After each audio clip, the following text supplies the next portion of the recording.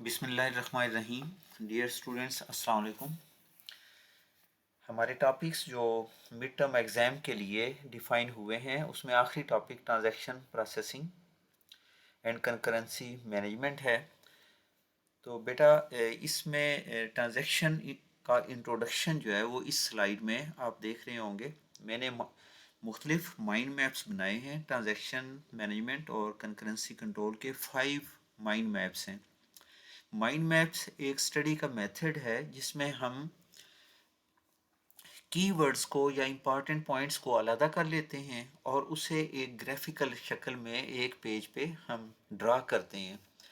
तो ये mind map एक स्टडी का मेथड बेहतरीन अंदाज से आपकी हेल्प करता है। तो पहले माइंड मैप में हम ट्रांजैक्शन की इंट्रोडक्शन के बारे में पढ़ते हैं। तो इसके पहली ब्रांच पे कि what is a transaction itself. तो स्क्रीन पे आप देख रहे होंगे कि transaction is a collection of read and right operations making consistent changes and preserving database consistency. यानी जब भी हम डेटाबेस पे काम करते हैं, अपना डीएमएल ऑपरेशन करते हैं या डेटाबेस के कोई भी टास्क हैं, डाटा को रिट्रीव करते हैं, डाटा को स्टोर कराते हैं, they are all relevant to our transaction. तो ट्रांजैक्शन में हम रीड ऑपरेशन करते हैं, राइट ऑपरेशन करते हैं। ट्रांजैक्शन जब शुरू होती है तो इसमें operation read write operation consecutively भी हम कर सकते हैं और उसके मुख्तलिफ लेवल्स या इंटरलीविंग उसमें हो सकती है। यहाँ पे आप ये देख रहे हैं कि ट्रांजैक्शन शुरू होती है when a transaction begin and a transaction ends. During that processing of the transaction database becomes inconsistent, but when a transaction ends, database always is in the consistent form.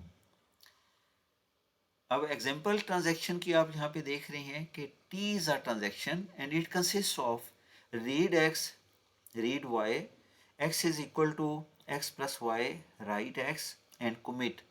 These are actually the contents of a transaction. x, y are the database objects जिसे हम process कर रहे हैं. Read is relevant to the select command and write is related to the DML command insert, delete और update. और एक transaction जब and होती है तो उसके दो अंदाज हैं, या तो वो सेव कर लेगी डाटा पूरे का पूरा, कमिट आखिर में लिखा हुआ होगा, या ट्रांजैक्शन रोल बैक होगी और ट्रांजैक्शन अबार्ट होगी। यानी सारी की सारी ट्रांजैक्शन या अबार्ट हो जाएगी या सारी की सारी ट्रांजैक्शन कमिट होगी। The next point here in the transaction introduction mind map is what is a schedule or the history. Schedule or history is actually the collection of different transaction और इसकी proper definition ये है an order of operation of execution of a set of transaction। यानी जिस तरह आपने transaction को define किया है, it is a collection of different task. Read write task का मजमूआ एक ट्रांजैक्शन है। Similarly schedule is a collection of different transaction.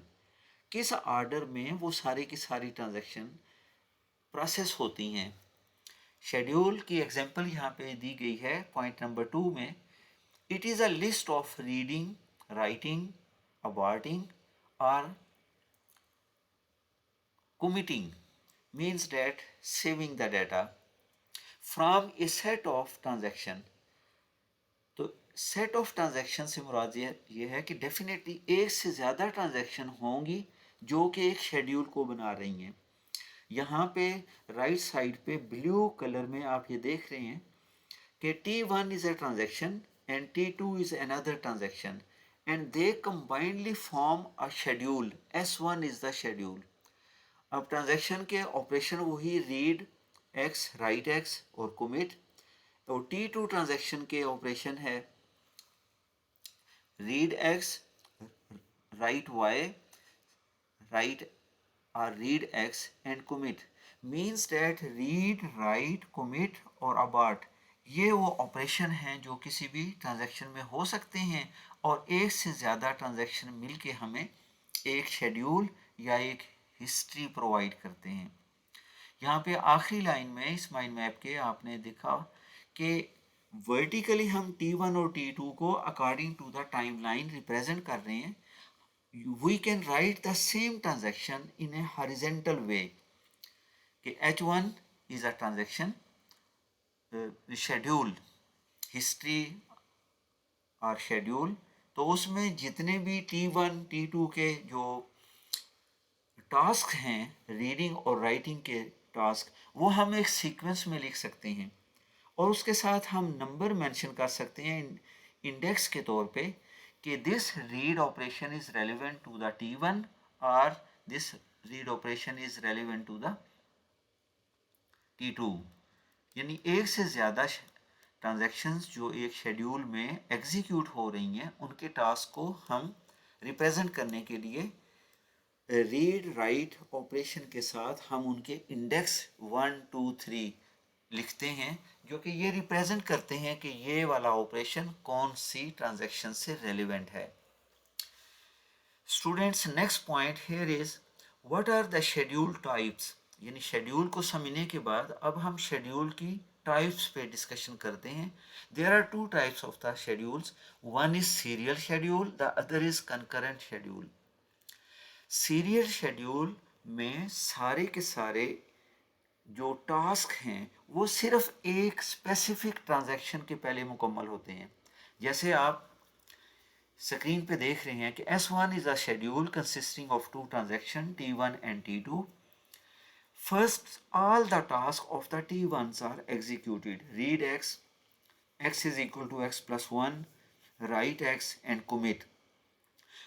जब T1 के सारे टास्क मुकम्मल हो जाएंगे तो फिर T2 के task read X, X is equal to X plus 1 and write X, और आखिर में हमने लिखा है कि commit। तो ये ट्रांजैक्शन T2 के ये टास्क हैं। दिस शेड्यूल जिसे मैं अभी आपके लिए एक्सप्लेन कर रहा हूँ, it is a serial schedule. Serial schedule में किसी भी ट्रांजैक्शन के सारे टास्क पहले मुकम्मल हो जाते हैं, उसके बाद दूसरी ट्रांजैक्शन के टास्क शुरू होते हैं और इस तरह वन आफ्टर द अदर वो सारे टास्क। But please keep in mind that in database processing this is not the way transactions are processed कि एक ट्रांजेक्शन पूरी की पूरी एग्जीक्यूट हो जाए और दूसरी ट्रांजेक्शन वेटिंग स्टेज में उसका इंतज़ार करती रहे, फिर दूसरी ट्रांजेक्शन के टास्क मुकम्मल हो और इसी तरह तीसरी और चौथी ट्रांजेक्शन की टास्क मुकम्मल हो। ऐसा नहीं है, बल्कि in a database environment we have the other type of the schedule which is called concurrent schedule। और concurrent schedule के लिए एक ख़ास वर्ड यूज़ होता है और वो है इंटरलीव। कि एक ट्रांजैक्शन जब प्रोसेस होती है तो लाजमी नहीं कि उसके सारे के सारे काम मुकम्मल होंगे पहले और दूसरी ट्रांजैक्शन उसका वेट करती रहेंगी। नहीं, एक ट्रांजैक्शन शुरू हुई, उसके कुछ टास्क रीड या राइट ऑपरेशन मुकम्मल हुए, सिस्टम ने स्विच ओवर करके इंटरलीव्ड प्रोसेसिंग की, यानी दूसरी ट्रांजैक्शन के काम शुरू हो गए। स्टूडेंट, इस चीज़ को आप इस शेड्यूल S2 में आप देख रही हैं कि जिसमें दो ट्रांजैक्शन T1 और T2 हैं। पहले रीड ऑपरेशन रीड X और X is equal to X plus 1, ये दो टास्क हुए रीडिंग का और X को अपडेट करने का या X को उसकी वैल्यू को चेंज करने का। सिस्टम ने स्विच ओवर किया, यानी इंटरलीविंग प्रोसेसिंग हुई यहाँ पे और T2 का टास्क रीड X वो शुरू हो गया। देन इंटरलीविंग प्रोसेस्ड T1 पे चला गया और WX आप देख रहे हैं इस शेड्यूल S2 में। इसके बाद T2 का process X is equal to X plus 1 और WX। फिर कमिट प्रोसेस हुआ है T1 का और टाइम लाइन के लिहाज से इसके बाद कमिट प्रोसेस हुआ है T2 का इस शेड्यूल S2 में। तो in this way concurrent schedule is the schedule in which different tasks from different transactions are processed one after another in such a way that they are mixed together. ये नहीं है कि पहले T1 के सारे काम ख़त्म होंगे तो फिर T2 के काम शुरू होंगे, नहीं.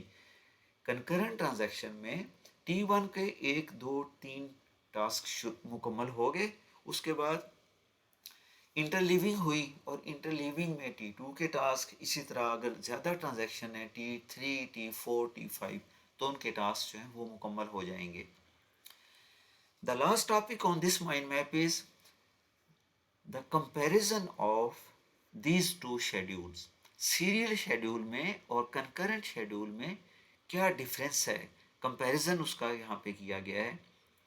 तो स्टूडेंट्स आप इस स्लाइड में देख रहे हैं कि पहला पॉइंट है कि serial schedules are always consistent schedule since transaction 1 will complete first and then transaction 2 will start, whereas in case of the concurrent schedule they are non-consistent schedule and they are interleaving schedule जहाँ पे task mix होके run होते हैं. Serial schedule का दूसरा point है it is less throughput, यानी serial schedule बहुत फ़ायदेमंद के लिहाज होने के लिहाज से, काम होने के लिहाज से it is providing us less throughput, whereas concurrent schedule जिसमें thousands of transaction at the same moment किसी भी सर्वर पर रन हो रही होती हैं, it provides more throughput. The third point is poor resource utilisation. Of course all the other resources, एक resource use हो रहा होगा किसी एक ट्रांजैक्शन के लिए, whereas other transactions are waiting for the resources and they are not being allocated to the other transaction at the same moment. लेकिन concurrent schedule में जितनी भी ट्रांजैक्शन रिक्वेस्ट डेटा के लिए करती हैं, रिसोर्सेज के लिए करती हैं, उसको प्रॉपर वे में हम यूटिलाइज कर सकते हैं. The last point, the fourth point here is more response time means serial schedule is very slow. Student आप समझ सकते हैं कि अगर T1 में ऐसे टास्क हैं कि it needs one hour or 60 minutes or more than that, the other transaction will still be in the waiting state. तो यहाँ पे response time जो है वो बहुत ही faster है, less response time, यानी क्विकर है कंकरेंट ट्रांजैक्शन, फास्टर है as compared to serial transaction या सीरियल शेड्यूल के. स्टूडेंट इस पहले माइंड मैप में हमने जो चीज़ देखी वो है इंट्रोडक्शन ऑफ द ट्रांजैक्शन, कि ट्रांजैक्शन होती क्या है, collection of different task. Then we studied schedule, different transactions के मजमूए को हम शेड्यूल कहते हैं और उसमें एक ऑर्डरिंग होती है. Then we discussed the type of the schedule, कि शेड्यूल की दो टाइप्स हैं, एक है सीरियल शेड्यूल और दूसरा है कंकरेंट शेड्यूल. और आखिर में हमने सीरियल और कंकरेंट शेड्यूल का कंपैरिजन किया है.